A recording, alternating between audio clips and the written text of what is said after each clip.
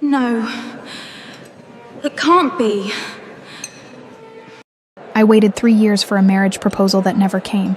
On the night I thought Ethan would finally choose me, I walked into the ballroom, tripped on my dress, and became a joke before I even understood the humiliation waiting for me. Then he showed up holding hands with Vivian, my perfect sister, announcing that he had married her that morning. I tried to leave without falling apart, but Rowan Vale, the cold CEO no one dared to challenge, took my hand in front of everyone and said I was with him. You will not and in touch that her. lie, I felt chosen for the first time. Hi, I'm Kay. A special shout out to those of you watching Book 1 for free here on the My Stories platform, completely ad-free and uninterrupted. Chapter 1, The Morning I Thought Was Mine. I woke up before the alarm, which was strange, because I never wake up before the alarm. I lay there staring at the ceiling of my apartment bedroom in Chicago, with that odd feeling you get when you know the day is about to become a photograph you'll carry forever. Today was the day, 3 years of waiting, and today was the day. Pixie had sent 14 voice messages overnight. I knew without even looking, because Pixie Larson, my best friend since college, freelance photographer, a woman who wears sneakers with cocktail dresses and curse words like commas, doesn't sleep before 3. I reached out, grabbed my phone, opened the thread. Nora, love of my life, wake up. Her voice came out ragged. I don't want to ruin your romantic morning and all, but Vivian posted a bizarre photo holding hands with someone at 2 a.m., and I need you to look. I didn't look. I wasn't going to look. Vivienne, my younger sister, is always posting photos holding hands with someone. Vivienne has hand-holding as a hobby. Vivienne breathes attention. I got up. The cold wood floor under my feet was almost a warning, but I ignored that too. I crossed the narrow hallway to the living room, opened the closet door, and looked at the dress hanging there. Moss green, fitted to the knee, a treacherous zipper down the back. I'd bought it on sale because, in my head, it was the dress a Vale family bride might wear before officially becoming a bride, without drawing attention, without offending anyone, without being too strange. I put it on. The zipper went halfway up my spine and jammed. Of course, I said out loud to no one. Of course it did. I forced it. The zipper went up another millimeter. I forced it again, and heard the sound nobody wants to hear before a party, that short rip of fabric that suggests maybe you should give up and go in pajamas. I held my breath. I forced it a third time, and the damn thing went up. I looked in the mirror. The woman in the mirror looked back with the face of someone who'd slept badly. Brown hair pinned up a little crooked, a small freckle inherited from my father at the corner of my nose, shoulders too broad to look delicate, knees that insisted on showing whenever I sat down carelessly. Today you don't drop anything, I told her. Today you cross the ballroom like a normal person and smile without showing your gums. Deal. The woman in the mirror didn't answer. I think she already knew. I went back to my phone before calling the rideshare.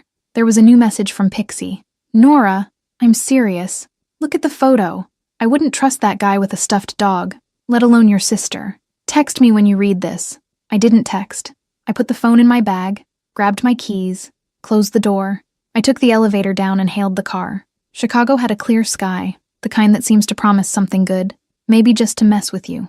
The driver greeted me. I greeted him back, and the drive to the Vale family ballroom took 40 minutes in Saturday morning traffic. 40 minutes in which I mentally went over the short speech I'd rehearsed in the shower the night before, in case Ethan finally took the stage and said my name. I got out in front of the ballroom. Beautiful place. Light stone facade, 2 enormous urns by the door. A burgundy carpet stretched from the street to the main entrance. Carpets have hated me since childhood. It's an old, mutual relationship. I started across the carpet, and of course, on the second step, my right heel caught the hem of the fabric. I lurched forward, threw my arm back, recovered. I didn't fall. I smiled at a couple coming up behind me and pretended it was on purpose. Practicing my balance, I said, and the woman looked at me with a politeness so cold it stung. Inside, the ballroom was a well-behaved murmur of expensive people, heavy chandeliers, waiters with trays, long gowns gliding slowly between hushed conversations. I searched for Ethan with my eyes. He'd told me the night before, in a short text, that there'd be an important announcement at the party. I read it 5 times before going to sleep. Important announcement. A waiter passed with a tray of champagne. I took a glass to keep my hand busy, because an empty hand at a party is a tripping hand. I took 2 steps, 3, and my heel caught the corner of my own dress. I stumbled forward. The glass flew from my hand, as if it had decided on its own, and its contents drew a perfect arc through the air before landing on the chest of a white-haired gentleman's blazer. The gentleman looked at his blazer, then he looked at me, then he looked at his blazer again. "I'm so sorry," I said, already pulling the napkin from the pocket of a passing waiter. "I'm so sorry. I'm so sorry. This comes out with cold water, I swear." "Investor," someone murmured beside me, and it was the most delicious tone of bad news. "He's the main investor of the quarter." I laughed. It was the old reflex, faster than thought. I laughed first so no one would laugh before me, laughed loud enough to seem like a joke, and the white-haired gentleman gave a polite smile, the kind that doesn't reach the eyes. "It happens," he said. "Champagne chills the chest." Murmurs around me. A contained giggle from two women near the column. I stared at the floor for 2 seconds to recompose my face, lifted my chin, and moved forward, as if crossing a ballroom after baptizing an investor with Veuve was the most ordinary thing in the world. I searched for Ethan more urgently now. I needed him to appear, kiss my temple, call me by the silly nickname he used at home, and turn that scene into a story we'd tell 10 years from now. I didn't see Ethan on the ballroom floor. I saw the stage set up at the back. Small, elegant, with a thin microphone and 2 vases of white hydrangeas. Strange. White hydrangeas are for weddings. My head had already started sketching an explanation. Maybe it was standard decor. Maybe the family florist only worked with that. Maybe it was a coincidence. I believed all 3 for half a second. That was all my body managed before the ballroom turned down its volume. I froze. Then the sound of the room dropped. In that way it does when everyone senses something's about to happen before they see it. Bram Hollister, the family board chairman, climbed onto the stage with the measured smile of someone about to deliver an inside joke. Behind him, emerging from the side door, came Ethan Vale, 32 years old, heir to the main family line, 3 years at my side, many photos of me on his phone, none on his Instagram. He came in a light suit, hair slicked back, smiling that campaign smile he practiced in our bathroom mirror, and he wasn't alone. He came holding hands with Vivienne in a white dress, a short white dress, the kind there's no arguing about, bridal white, ceremony, mourning white. I still had the empty glass in my hand. I don't remember when I picked up another, but it was there, between my fingers, cold. My head tried to take apart the image, to stitch together another explanation, any other explanation. Maybe it was a joke. Maybe she'd just gone with him to drop something off. Bram cleared his throat at the microphone. Vale family, friends, partners, a cordial voice. It's a joy to announce that, this morning, in an intimate ceremony, Ethan Vale and Vivienne Whitlock were officially joined in matrimony. The ballroom made the sound ballrooms make when they applaud before processing. Polite clapping, a surprised murmur, someone letting out a mechanical, "Oh, how lovely." Ethan looked around. Vivienne looked around. His eyes met mine for a fraction of a second, and he looked away. Her eyes met mine and didn't look away. She smiled. She smiled at me in that way she'd had since she was 8 years old, when she'd push me into the pool and laugh afterward. I was in the middle of the ballroom, with an empty glass in my right hand and shards of another glass somewhere behind me, and my feet wouldn't obey. I tried to move my left foot. Nothing. I tried the right. Nothing. The whole room had turned into an aquarium where I was the only thing standing still. Vivienne's hand squeezed Ethan's hand, and her ring clicked against his ring, and the sound reached me as if it had been amplified, and I couldn't move my feet. Chapter 2. The Hand That Appeared. The ballroom started breathing again before I did. That's how I realized I'd stopped. Bram came down from the stage. Someone put on background music. Low, the kind that insists on faking normalcy. Waiters reappeared with trays. I still had the glass in my hand, and my feet glued to the carpet when I saw Ethan come off the stage in a straight line toward me, releasing Vivienne's hand 3 steps before reaching me, as if that were a courtesy. "Nora," his voice came out low, rehearsed. "Come here a minute." He pulled me by the elbow to the corner of the bar, firm, without affection, like someone moving a child out of the path of a car. Vivienne stayed in the center of the ballroom, smiling at someone who greeted her. "You're not going to make a scene," Ethan said, and it wasn't even a question. "Please, Nora, not today." I looked at him, really looked, maybe for the first time in 3 years. Tense jaw, eyes darting to the sides to see who was watching, right hand adjusting the new wedding band, as if it were already an extension of him. "You got married this morning," I said. My voice came out steadier than I expected. "You got married this morning, Ethan. It was necessary." He answered too fast. The board requires the candidate to be married. You know that. I explained it to you. You explained that you were going to propose to me. I shook all over, but I spoke. You explained that for 3 years straight. Nora, you're not. He lowered his voice even more. You're not the right piece for this. Look around. They look at you and they see. They see what they see. What do they see, Ethan? He didn't answer. It was worse than if he had. Vivian appeared at that moment, because Vivian has radar for other people's pain. She rested her hand on my now brother-in-law's arm and looked at me with pity so well-rehearsed I almost applauded. Nora, sweetheart. Her voice was velvet. I know this is hard. I wanted to tell you sooner, but Ethan thought it was better not to hurt you until things were formalized.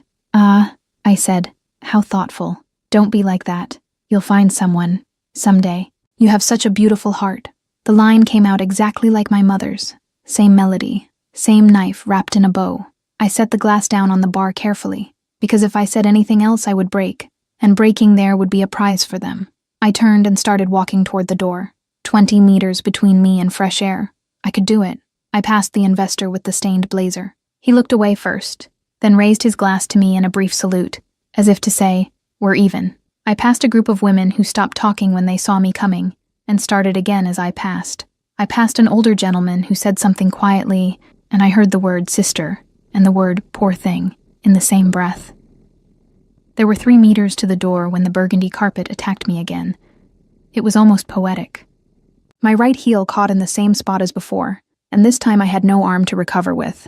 I fell, landing on my backside, knee folded under the dress, and the sound of the fall was loud enough for half the ballroom to look.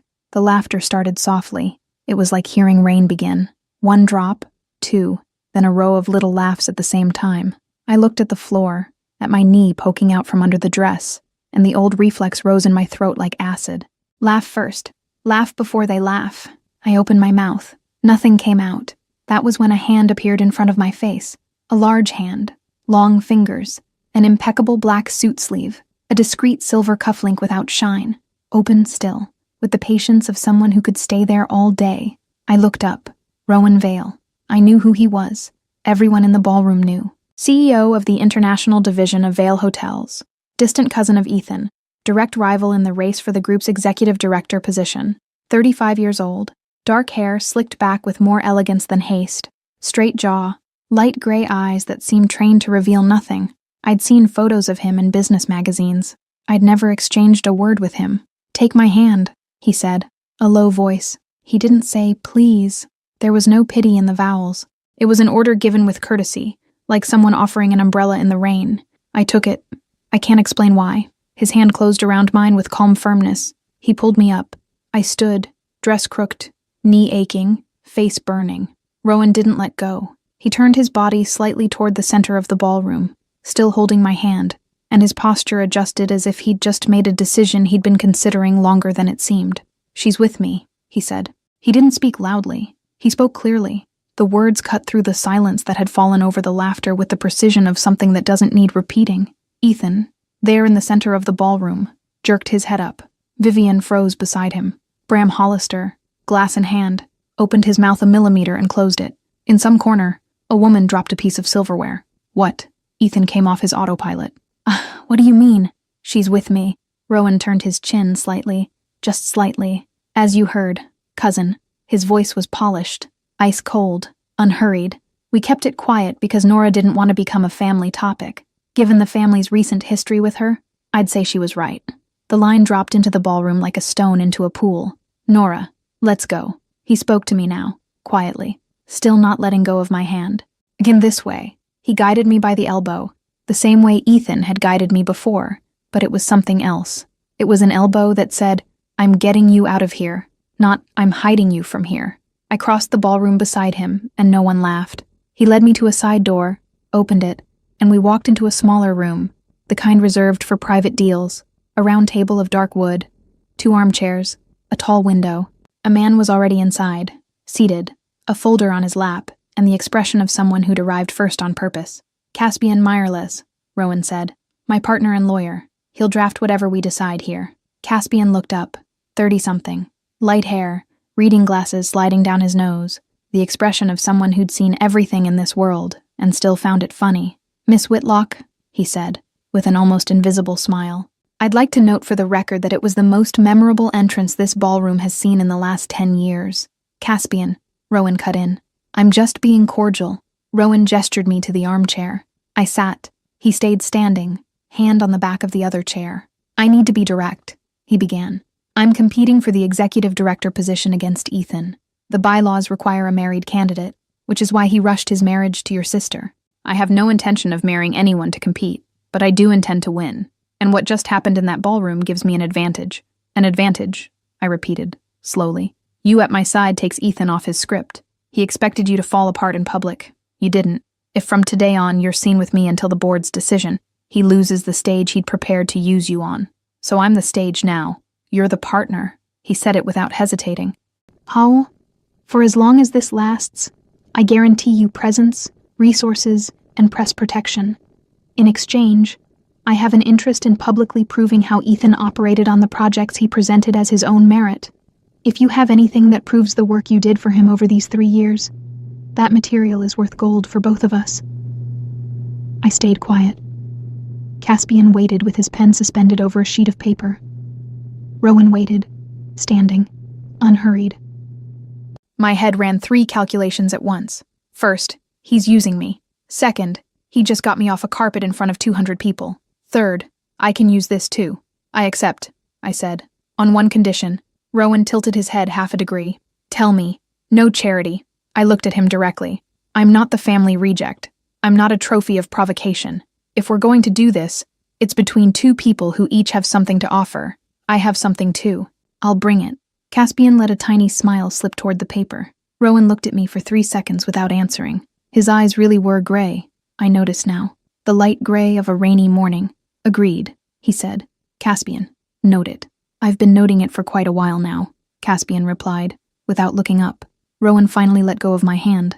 I hadn't even noticed I was still holding it. His skin had left mine warm in an exact square where he'd touched, and that bothered me in a way I didn't want to name. I'll pick you up Tuesday, he said. 8:30 in the morning. First official day at headquarters. All right, he nodded once, turned, and went to the door. Before leaving, he stopped with his hand on the knob and looked back over his shoulder. Nora, yes, next time you cross a carpet, choose a pair of shoes that doesn't hate you. He left before I could answer. Caspian, without lifting his head from the paper, remarked, he just made a joke. I'd like you to mentally note that this is extremely rare. I didn't answer. I was busy realizing that I'd just signed a fake dating agreement with a man I didn't know, inside a room I didn't know existed, in the middle of a party where my sister had married my fiancé of 3 years, and that I had no idea who the man I'd just gotten involved with was. Chapter 3. Coffee on the Wrong Contract. 3 days after the party, I was standing on the sidewalk in front of Vale Hotel's headquarters at 8:45 in the morning, in a silk blouse Pixie had sworn was executive without being suffocating, and heels that were already betraying me at the first corner. The building rose like a blade of glass against Chicago's cloudy sky. 24 stories of mirror, a discreet logo on the facade, a revolving door polished to the point where I could see my own confused face reflected in it before going in. The wind off the lake came in short gusts, lifting dry leaves along the sidewalk and making the hem of my blouse flutter against my waist. It smelled of wet asphalt and coffee from a corner cart. I took a deep breath, tried to remember the posture Pixie had sculpted into me in front of the mirror, and pushed the glass. It turned 3 centimeters and stopped. I pushed again. Nothing. You're pushing the wrong side, a voice said behind me, amused.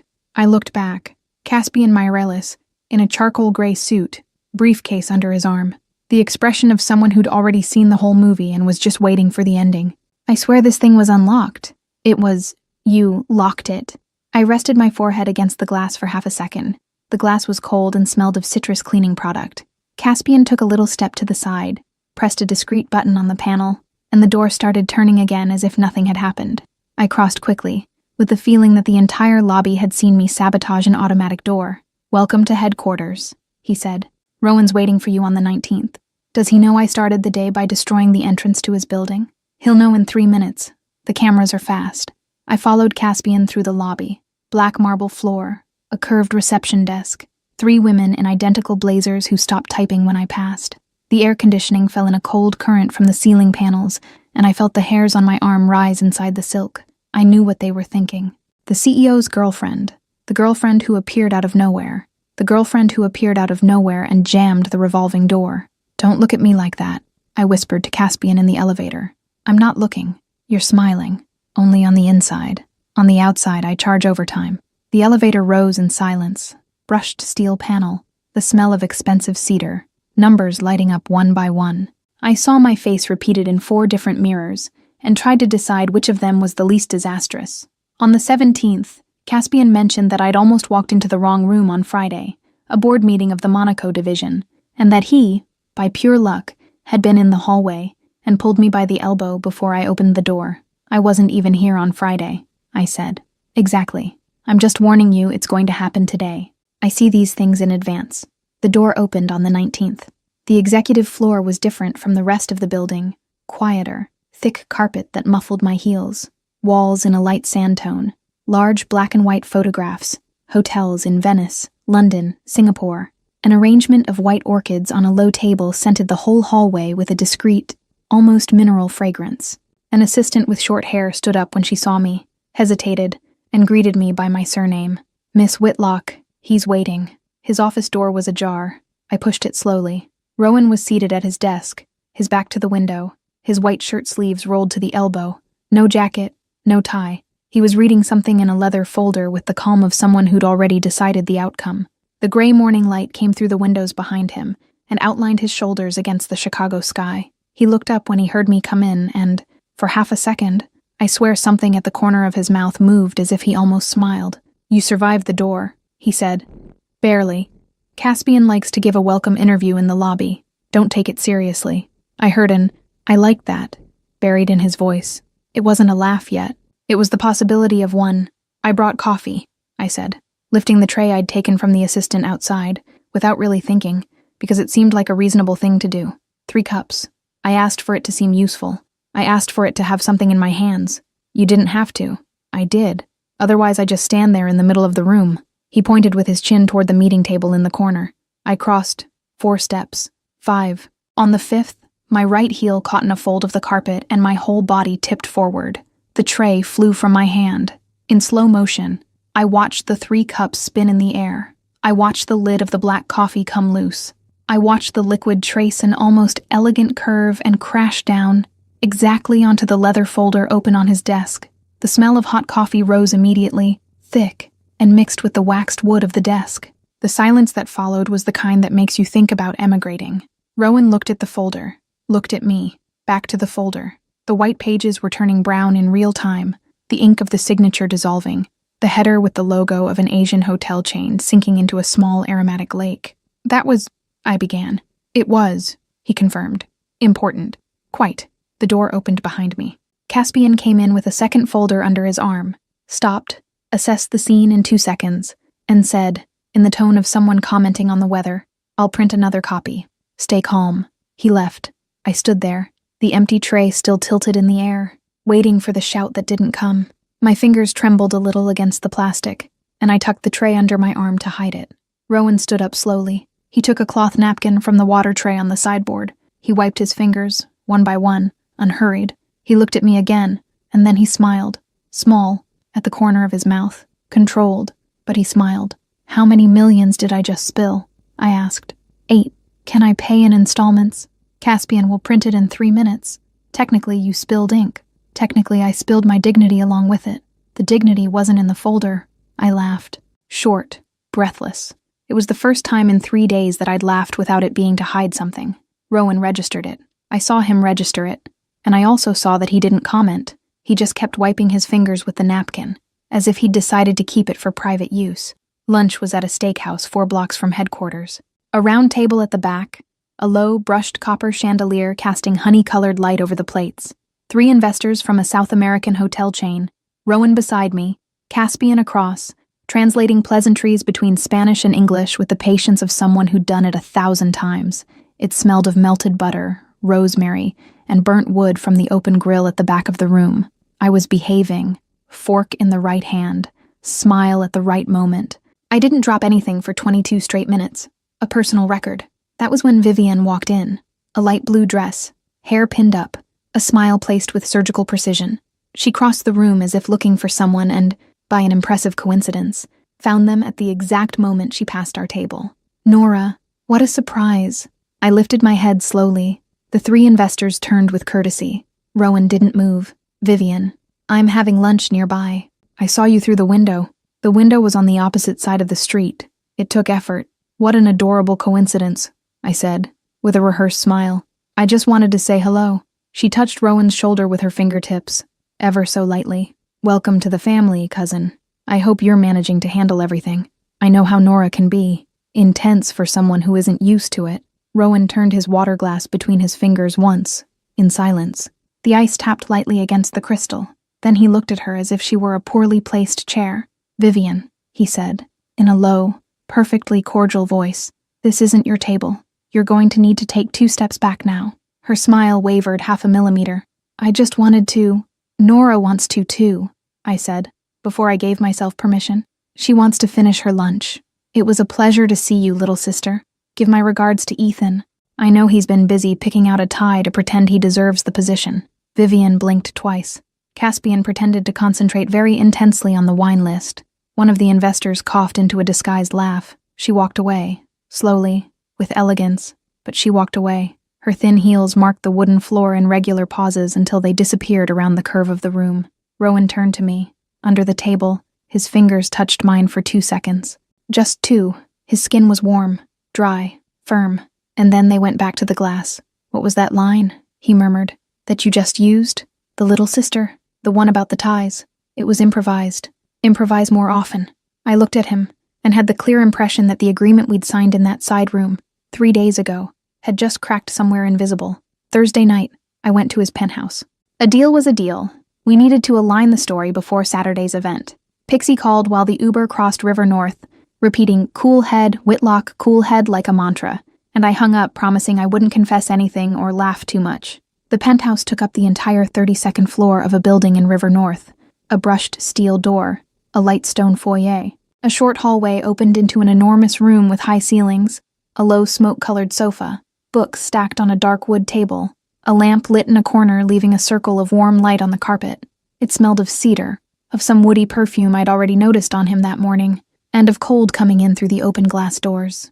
The terrace, I discovered when he led me to it with a glass of wine in hand, ran along the entire perimeter of the apartment, with a view of Lake Michigan on one side and the downtown skyline on the other. The night was cold. I had a jacket on. He'd put on a dark wool coat over his white shirt, and he looked even more unreachable that way, leaning against the railing, his profile against a lit-up Chicago. The city lights flickered below as if they were breathing, on some floor beneath ours. Someone was listening to music too quietly for me to recognize. "About Saturday," he began. "I know. Borrowed dress, borrowed shoes, borrowed smile. The smile can be yours." I laughed quietly. The wind carried away half of it. We stayed in silence for a while. The wine in the glass was dark, dense, and clinked against the crystal each time I tilted my hand without noticing. He asked, without turning his face, why I'd laughed first when I spilled the glass on the white-haired investor. I answered without thinking. Because if I laugh first, it hurts less.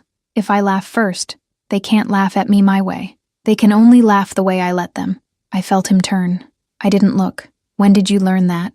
7. Vivian's birthday party. I knocked her cake on the floor by accident. My mother looked at me and said I was lucky to have such a beautiful heart, because beauty had never been my strong suit.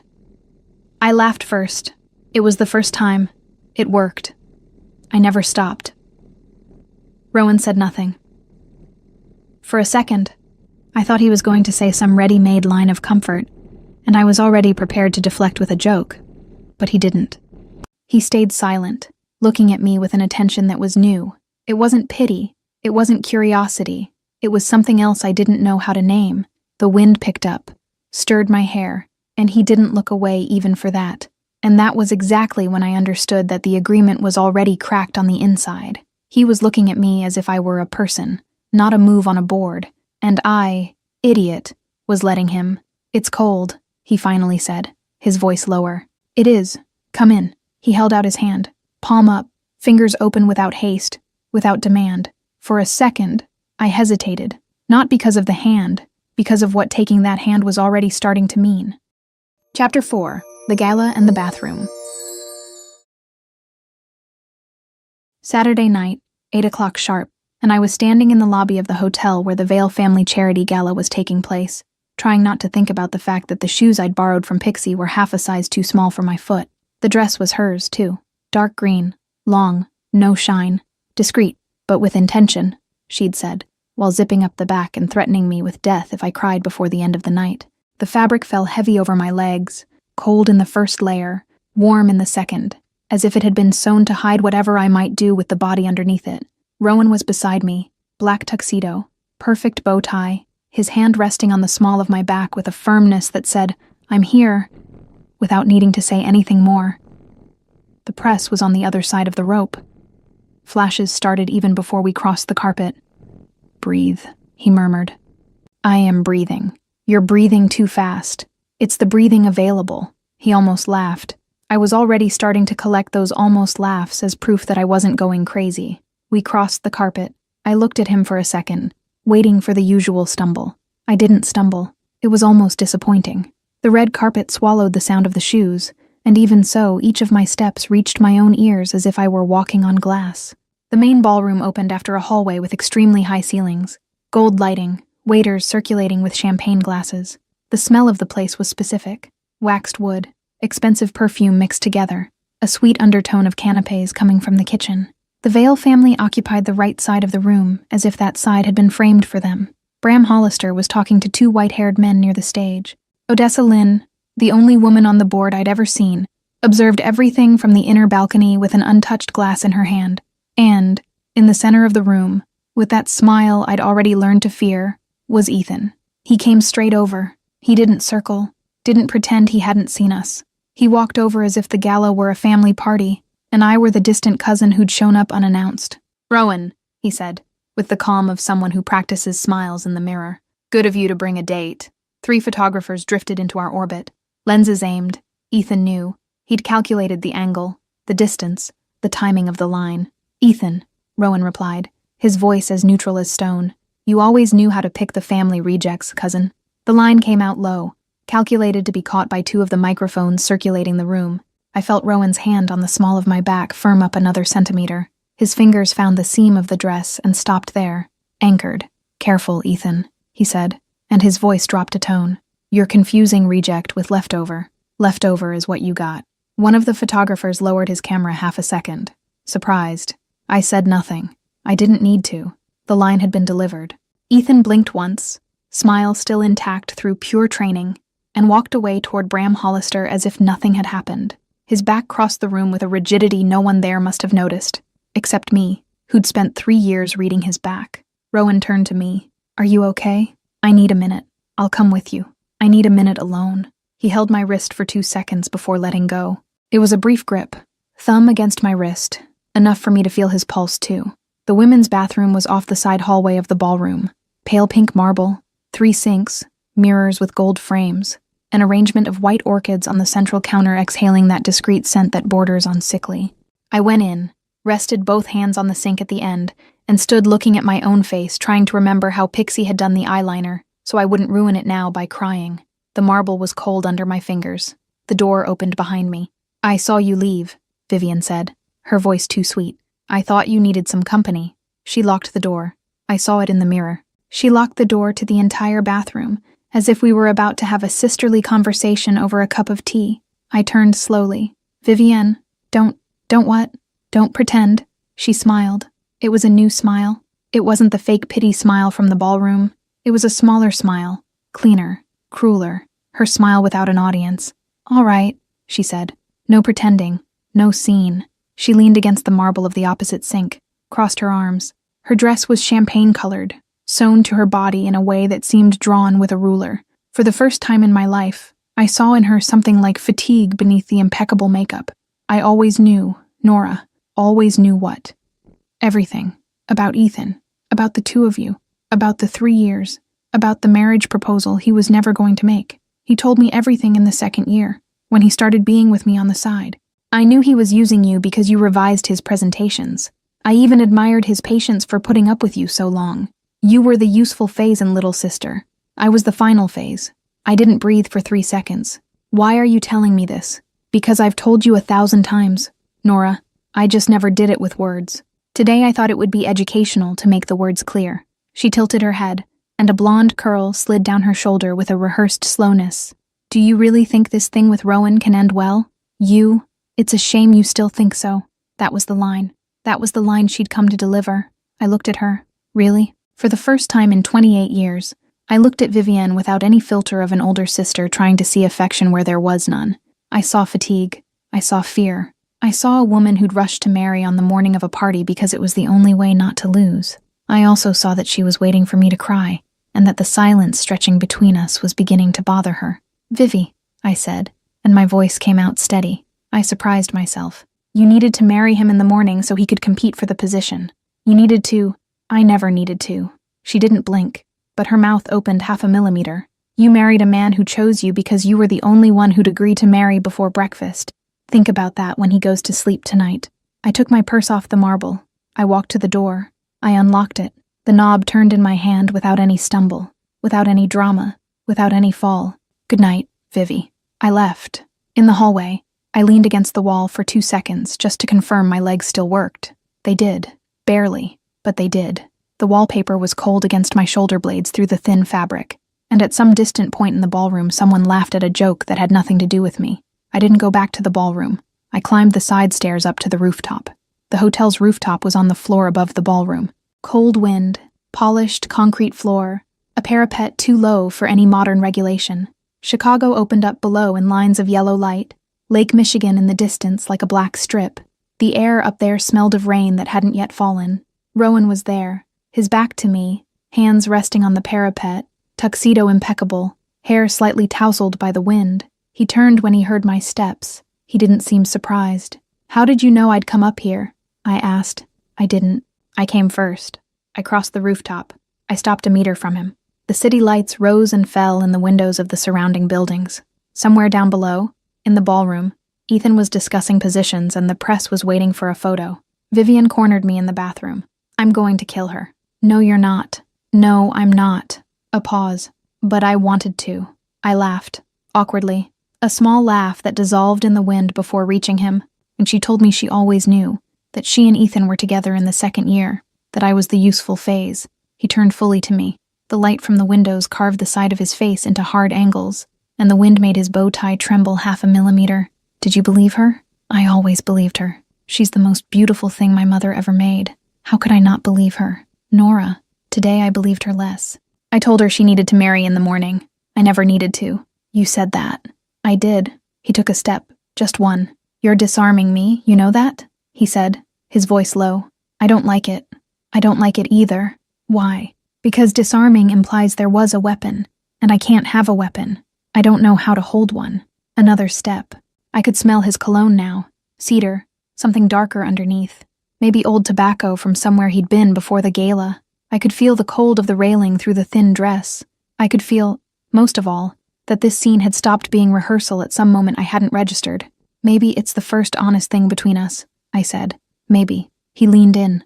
I leaned in. It was fast and slow at the same time. His hand touched my face first, fingers cold from the wind, and then his mouth. And then the world paused for an amount of time I couldn't measure. It wasn't a staged kiss. It was the kiss of someone who'd just discovered they were no longer pretending and still didn't know what to do with that information. When he pulled back, it was only 0.5 centimeter. He rested his forehead against mine. His breathing was shorter than he wanted to let show. This was supposed to be harder, he said. It was. It isn't. I know. We came down from the rooftop without talking, crossed the ballroom along the side so we wouldn't pass the press again, and the driver was waiting for us at the back of the hotel. The elevator descended to the garage in silence. The car made the trip to River North with the engine low, and the city passing by the window in yellow smears. At the penthouse, Rowan took off his tuxedo in the hallway, offered me a clean shirt, and neither of us spoke of what happened. I slept on the sofa. He slept in the bedroom. The door between the 2 rooms stayed open, and neither of us commented. Sunday morning. The sun came in through the living room window, waking me earlier than I wanted. Rowan was already in the kitchen, barefoot, dark pajama pants, gray t-shirt, making coffee with the precision of someone who'd measured the grounds on a scale. The smell of coffee filled the whole apartment, dense, bitter in just the right way. "Good morning," he said, without turning. "Good morning." My phone vibrated on the coffee table. Marlene. I answered by reflex, before thinking. Nora. My mother's voice came into the apartment the way it always does. Too sweet, on the surface. You need to call Vivian today. Good morning, Mom. Good morning. You need to call her. She's devastated about what happened last night. They told her you were rude to her in the bathroom. Rowan turned his face halfway. He said nothing. He kept measuring the coffee. Mom, you know how sensitive your sister is. You need to apologize, at least in writing. The family's image is at stake, Nora, and this time you're being unnecessarily difficult. Mom, your father agrees. He's right here beside me. In the background, I heard Harlan's voice say, she has to understand that we suffer too when she does these things. He didn't say my name. He never said it. I looked at the phone in my hand. I looked at the kitchen. I looked at Rowan measuring coffee with the attention of a surgeon. I looked at the city outside waking up. Mom. Yes, dear. I'm going to hang up now. Nora, don't you dare. I hung up. I held the phone in my hand for a few more seconds. I waited for the guilt to arrive. The guilt didn't arrive. Something else arrived. Cleaner, quieter, exactly the size of a decision made alone. It was strange to realize that the silence of my own rented apartment had never been as silent as the silence of that someone else's kitchen. I placed the phone face down on the table. Rowan appeared in the kitchen doorway with 2 cups. He held one out to me. He didn't ask anything. He didn't comment. He just held it out. His eyes were darker than usual, maybe because of the morning light, maybe because of what had happened on the rooftop and hadn't been named yet. I took the cup. The coffee was at just the right temperature, hot enough to burn my tongue if I was hasty, warm enough that I wouldn't be. I need to resolve this on my own, I said, out loud, more to myself than to him. Not with you in front of me, not with you defending me. I need to have something to show with my own hands. He nodded once. What do you have in your hands? I thought of the box under my bed, an old reinforced cardboard shoebox, the lid crumpled in one corner. 3 years of revised presentations, emails, reports put together all night long, all kept for some reason I hadn't even been able to name until that morning. I think I have plenty. He took a sip of coffee. He didn't smile, but something at the corner of his mouth slid a millimeter. Then bring it. Chapter 5. The Box Under the Bed. Monday, 9 a.m. My apartment was silent in a way I hadn't heard in weeks, and the silence hurt more than I expected. It wasn't the silence of Sunday mornings, the kind that smells of coffee and lingers. It was a silence with weight, with texture, the kind that accumulates in the corners of the ceiling and descends slowly down to your shoulders. I sat on the bedroom floor, in pajamas, hair pinned up in a crooked bun. The bed was unmade, the comforter slipped to one side, the sheet marked by the body of someone who hadn't slept.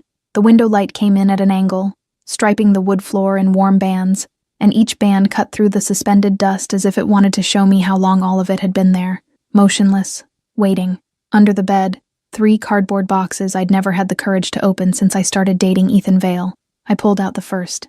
The cardboard scraped the floor. The seal gave way without resistance, as if it too were tired.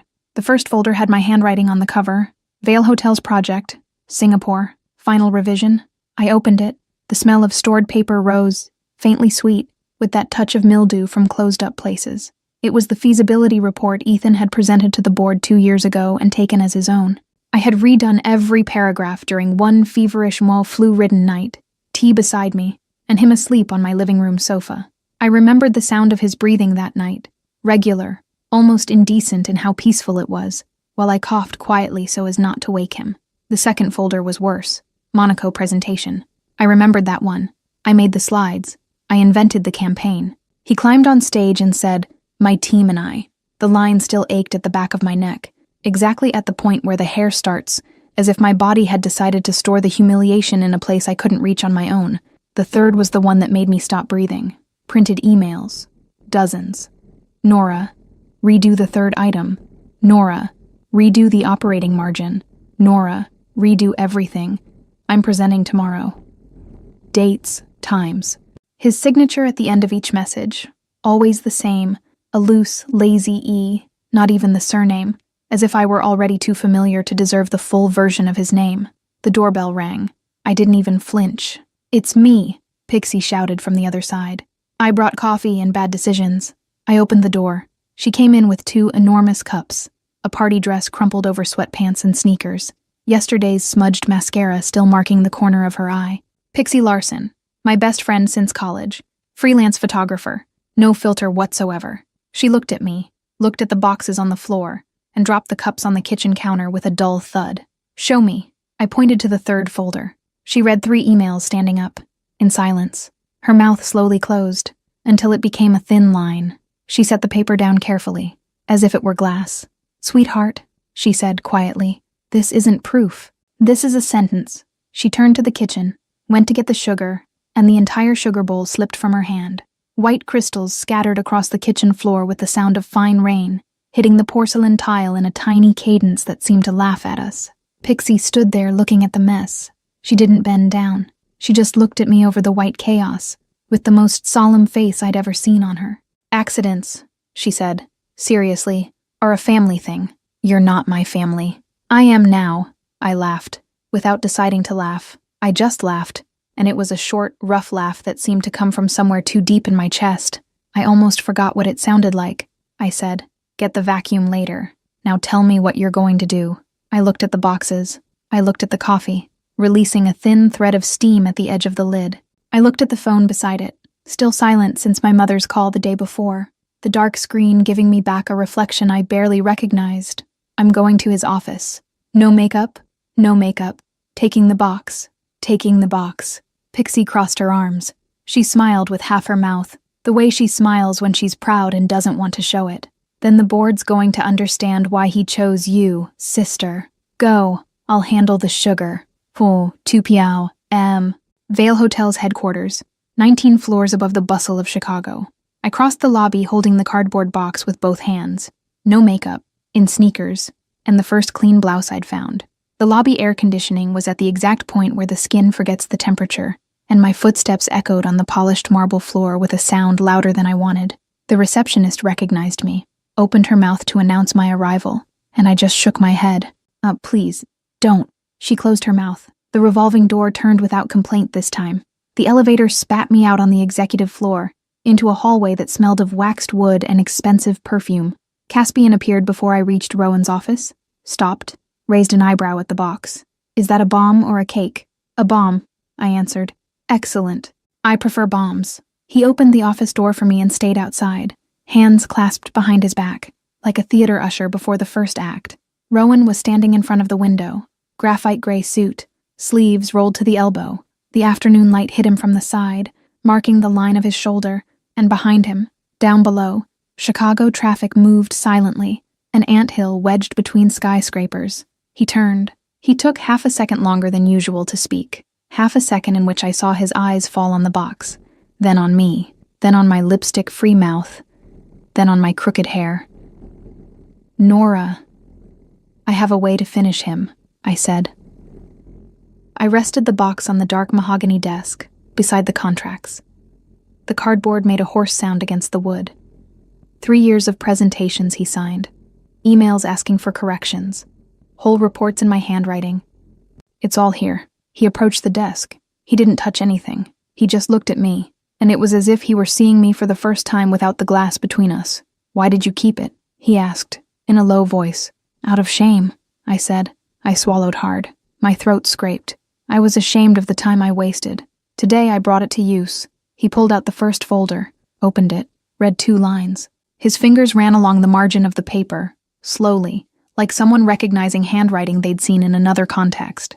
Caspian came in without knocking, gave a sideways smile, and held out his hand for the emails. May I? He took 3 sheets. He read fast, his eyes running top to bottom. He set them down. Mrs. Whitlock, with this, Wednesday's board meeting ends before coffee. I swear it on my most expensive spreadsheet. Wednesday, Rowan repeated, without taking his eyes off me. You're going in with me. I'm going in, I said. You'll be with me. He closed his hand around my wrist and lingered there, and it was the longest gesture he'd given me in an entire week. His thumb was warm, mine, cold. I felt my own pulse beat against his skin, and was certain he felt it too. Wednesday, Wantanity, M. Vale boardroom, top floor, view of Lake Michigan. Behind the tinted glass, the water was gray, streaked with tiny boats, and the sky carried that whitish morning tone that hadn't yet decided whether it would rain. An oval oak table, 10 chairs, 7 occupied, Bram Hollister presiding, white hair, broad shoulders, friend of Grandfather Vale, cold as marble. Odessa Lynn seated to his right, the only woman on the board, observing everything without blinking, a pen between her fingers as if it were a scalpel. Rowan pulled out the chair reserved for me. I sat. The leather creaked softly. The box was on the floor between my feet, heavy in a way that seemed bigger than it was. Ethan came in 3 minutes later, smiling at Bram. Navy blue suit, rehearsed posture. His perfume arrived first, the same as always, amber with something citrusy, and my stomach tightened just from identifying it. He saw the box. His smile thinned a millimeter. "Before we begin," he said, with that voice I knew better than my own, "I'd like to note that Mrs. Whitlock is here today because my cousin decided to turn a strategic choice into a personal provocation. I'm sorry about it, but the board deserves to know. The board deserves to know a lot of things," I said. It came out steadier than I expected. Bram turned his face toward me, slowly, with the polite curiosity of someone who'd heard an unexpected sound in a familiar room. "The floor is yours, Mrs. Whitlock." I stood. My legs trembled. I rested my hand on the table. I felt the tremor pass into the wood and feared it was trembling back into me. "I dated Ethan Vale for 3 years," I began. "During that time, I redid the Singapore presentation, the Monaco one, the feasibility study for the Asian expansion, and the institutional campaign for the chain's anniversary. I have everything here." I bent down. I took the first folder. I placed it on the table. The sound of the paper touching the oak was small, but it seemed to fill the room. Ethan laughed. A short laugh. Rehearsed, too. "Nora, this is embarrassing." "It is," I replied. "For you." Odessa Lynn leaned forward. Her pen stopped spinning between her fingers. I started going through the sheets. His emails asking for corrections. Dated. Slides with metadata in my account. Documents he'd signed as sole author that had my editing history. My hands trembled so much that 2 sheets slipped and fell onto the carpet, sliding until they stopped near Bram's shoe. I bent down. I heard someone let out a half-giggle from the other side of the table. I couldn't tell who, and for a second the blood rose to my temple. Hot, familiar, that old heat of humiliation. I gathered the sheets. I stood. I kept talking from the exact point where I'd stopped. "The Monaco presentation earned Mr. Vale the 4th quarter performance bonus 2 years ago. I have the original version, saved on my computer, 3 weeks before he submitted it." Ethan stood up. "Bram, this is a personal trap," I asked. "Sit," said Bram, without raising his voice. "Sit, Ethan." Ethan sat. The leather chair complained loudly, and it was the only sound in the room for long seconds. I continued, 1 sheet at a time. With each one, I felt the air in the room growing denser, more still, more committed. When I finished, the silence was thick enough for me to hear the air conditioning and the faint tick of a pen falling upright onto Odessa's notepad. She looked at Bram. Bram looked at Rowan. Rowan looked at me, and I saw in him something I'd never seen before in any man. Pride without an owner. Bram took a deep breath. His broad chest rose and fell once, like someone deciding something internally before giving it voice. "The board will deliberate on the name for the executive directorship this week. Ethan, I strongly recommend you reconsider your candidacy." Ethan stood up again, and this time no one told him to sit. He left the room without looking back. He didn't slam the door. He didn't need to. He left like someone already planning the next round, and I saw, in the way he crossed the threshold, in his tense shoulder, in the hand clenched near his thigh, that this wasn't over for him. But in that room, that morning, it was over. Caspian approached me, took the box from the floor with a comic reverence, holding it as if it were a silver tray. "Mrs. Whitlock," he said, quietly, "it was an honor to watch you drop 2 sheets at the most important moment in this company's history." I laughed. It was a low, surprised laugh that escaped before I could hold it back. Rowan stood up. He came over to me. He didn't touch me. He just stopped close enough for me to smell him. Cedar, new paper, black coffee. His breathing was controlled, but I saw the pulse beating in his neck, and it was a faster beat than that face let on. "The reason for the agreement is over," I said, quietly. He looked at me for a second longer than he needed to. His eyes ran over my face unhurried, lingering on the temple, on the mouth, returning to the eyes. "It's over," he replied, and he said nothing more. Chapter 6. What's left when the agreement ends. Executive floor hallway, 1:30. The burgundy carpet muffled my footsteps as I left the boardroom with the empty box under my arm. Caspian kept the folders. I kept the cardboard. Funny. I wanted to take something with me, and all that was left was the wrapping. The hallway smelled of waxed wood and a citrus perfume coming from the diffusers built into the walls. The light from the ceiling fixtures was yellowish, low, the kind that makes anyone look more tired than they are. I was tired, not in the usual way, that tiredness of someone who endures out of habit. It was a new tiredness, of someone who'd just let go of a weight and didn't yet know what to do with their empty arms. Rowan's footsteps came up behind me before I reached the elevator. I recognized them by the rhythm, a long stride, Italian shoes on thick carpet. I also recognized them by the way the hallway air changed slightly, as if he brought along a density I'd already learned to feel before seeing it. Nora. I stopped. I didn't turn right away. I looked at the elevator doors for another second before turning, because I needed that second. I needed to hear the name said by him one more time in the air before turning and discovering what was on his face. He was 3 steps away, sleeves still rolled to the middle of his forearm, tie still in place, but with the knot a millimeter looser than it had been in the morning, as if during that final hour of the board meeting, he'd run his finger there without noticing. "What do you want now?" he asked. The question didn't come out cold. It came out as if he'd rehearsed it and abandoned the rehearsal at the last hour, as if the finished version were another, safer, more executive, and this one that escaped had come from somewhere he didn't control as well. "I don't know," I replied, "but I don't know how to pretend anymore." He breathed, slowly. His chest rose under the white shirt, paused an instant, and fell. "I don't either." We stood there in the hallway, me holding an empty box, him holding an answer that still had no shape.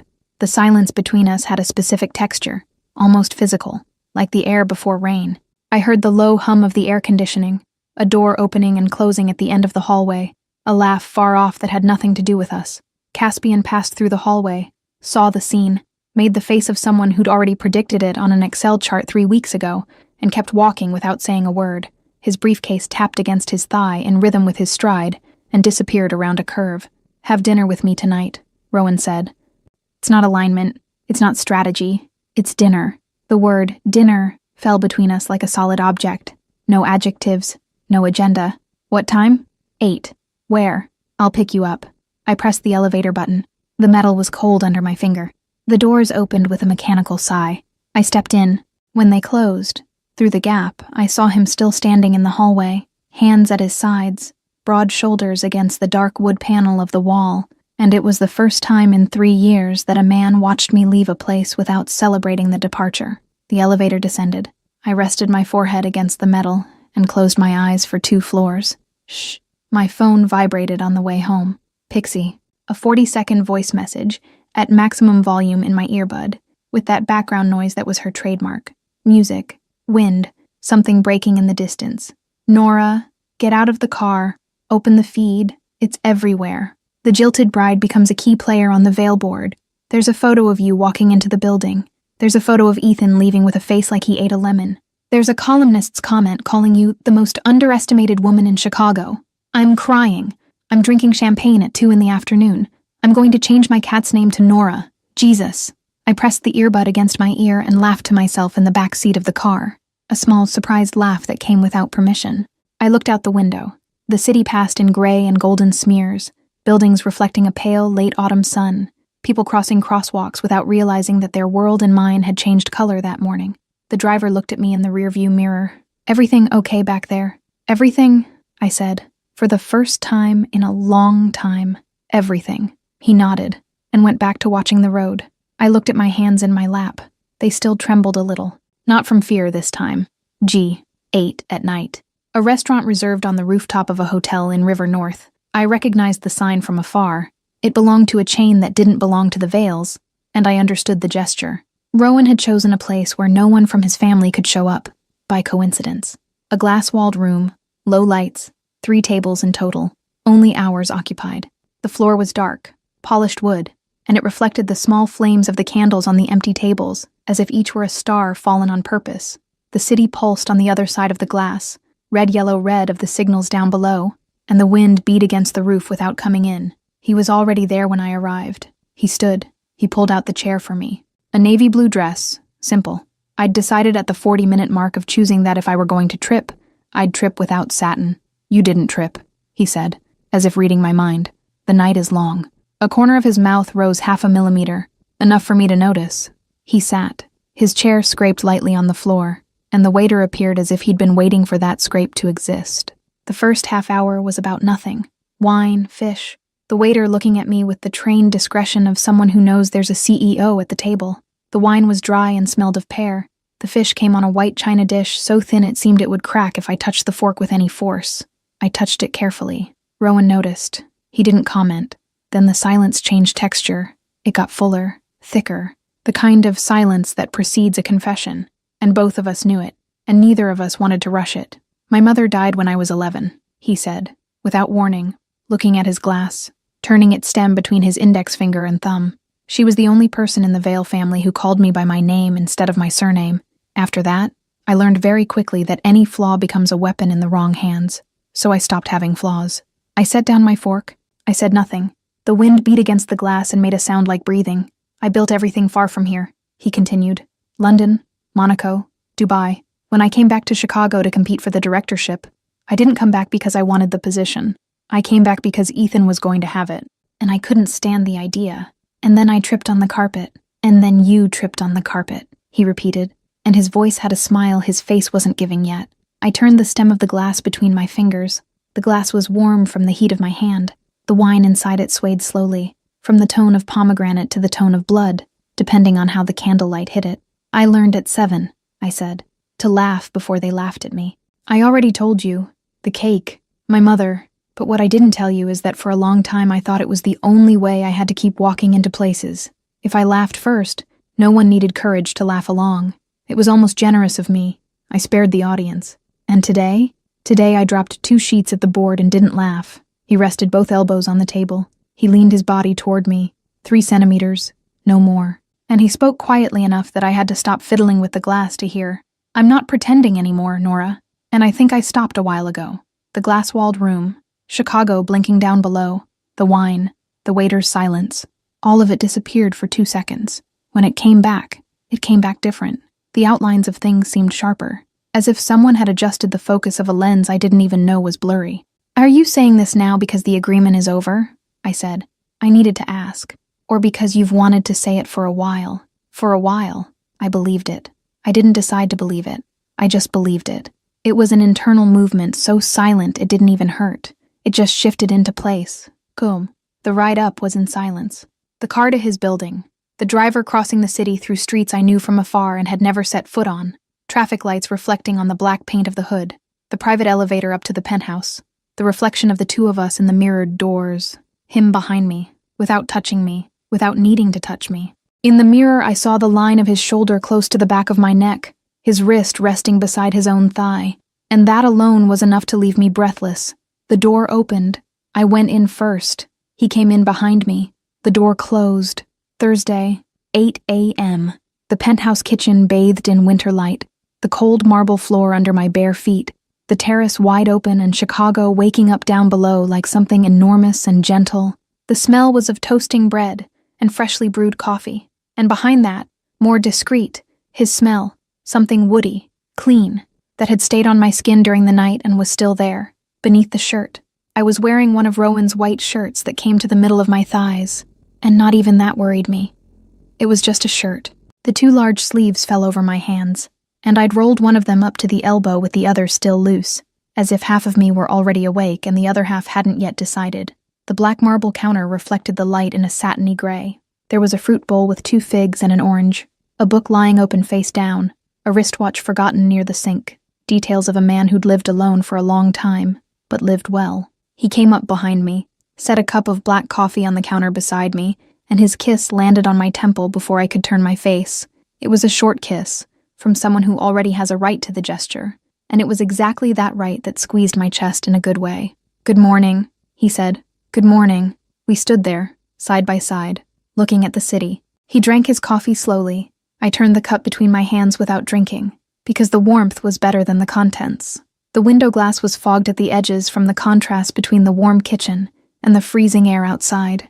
A bird crossed the sky in a short line and disappeared behind a taller building. You know, he said, distracted, looking at the horizon. I chose you first to win a war. I think I owe at least one confession like that. A month. I laughed. Short, elbow against his. His bone was warm under the sleeve of my shirt. I should accept it as payment. He went to the living room to get his phone. His bare feet made almost no sound on the marble. I stayed at the counter. The cup cooled a millimeter between my fingers. The steam from the coffee rose and dissolved in the freezing air of the terrace. Outside, a helicopter passed so high it looked like gray punctuation in the sky. First, the word stayed there, between the coffee and the light and his smell still in my hair. First implies that there's a second, that there's an after, that there's a reason that came next, and I didn't know what it was. It could be nothing. It could be his awkward way of saying he'd changed his mind along the way. It could just be an adverb slipping from the mouth of a man who thought in campaigns and timelines and saw the world in phases. It could also be something else.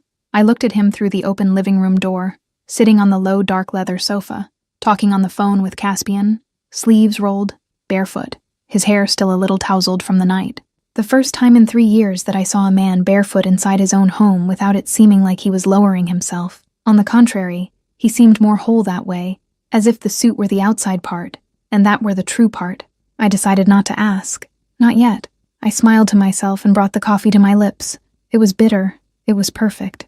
Outside, Chicago kept waking up, the buses turning the corner on the block below, someone honking a horn without anger, and I, for the first time, was part of the landscape instead of tripping over it.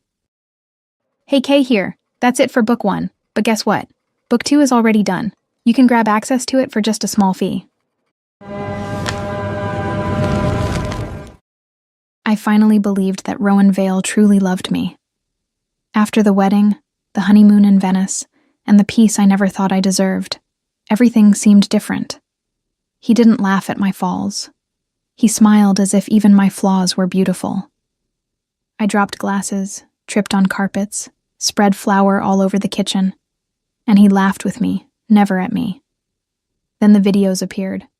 In the middle of a corporate live stream, with dozens of employees watching, the screens filled with women saying that Rowan paid for company. Screenshots of receipts with his name. Explicit messages. Rumors that our marriage was a front to clean up his image before he took full control of the company. The silence in the room was deafening. Someone coughed. Another whispered my name. I stood there, the microphone still in my hand, feeling every gaze pierce me as if I were the joke I'd always been. My family was watching. My mother sent a message. I warned you. I tried to believe him. But his silence, that long, heavy silence while I cried in our bedroom, wounded me more than any proof. I left, thinking I'd been used again, that the clumsy, invisible woman had been perfect for him, easy to hide, easy to discard. And what if the man who laughed with me at my falls was the same one who planned every one of them? And what if his silence wasn't shock, but the time he needed to decide whether I was worth keeping? And by the time the truth came out, everyone had already laughed at the wrong woman. Like I said, that was just a taste of Book 2. To watch it uncensored, just click on the first link here in the pinned comment. I'll see you on the other side in a few seconds. Remember, just click on the first link down here in the comments, and Book 2 complete, no ads, no interruptions, will already be available for you. It's very simple. Book 2 is something I'm loving making. You're loving it too, so I promise there will be more. It's where you find increasingly spicy stories, a true dark romance. And precisely because this version is getting more and more heated, the video isn't well accepted publicly on YouTube. This closed environment is where I can actually share my essence and where I feel free to do my best work for you. More news coming soon. I'll be waiting for you on the other side. Unfortunately, many people have been downloading our audio, effectively copying the entire story, and simply reposting it on YouTube. If you want to watch the original story and be the first to catch the upcoming ones, look for Kay's Sweet Love on YouTube for the best billionaire and CEO romance content. Remember, the official channels are Kay's Sweet Love on YouTube and the My Stories platform. I'll be waiting for you there. With love, Kay. Congratulations! Your purchase has been confirmed, and you now have full access to Books 1 and 2 of all our stories, completely ad-free and uninterrupted. Everything is available on the My Stories platform, from mafia romance and billionaire romance to our spicier tales. This content is ready for you now, with new episodes added daily. Access is simple. Just log in using the same email address you used for your purchase. A confirmation has also been sent to that same email. The My Stories platform is very simple and intuitive. Each image represents a story. If it has a Book 2, just click and press play. Everything is already unlocked for you. You can also rate each story, leave a like, and write a comment. Your feedback will be visible to all our other subscribers. This is our romance universe, so please feel free to interact. From this moment on, this is officially your home for romance stories. Just head over to mystoriesromance.com and press play. Welcome to the family.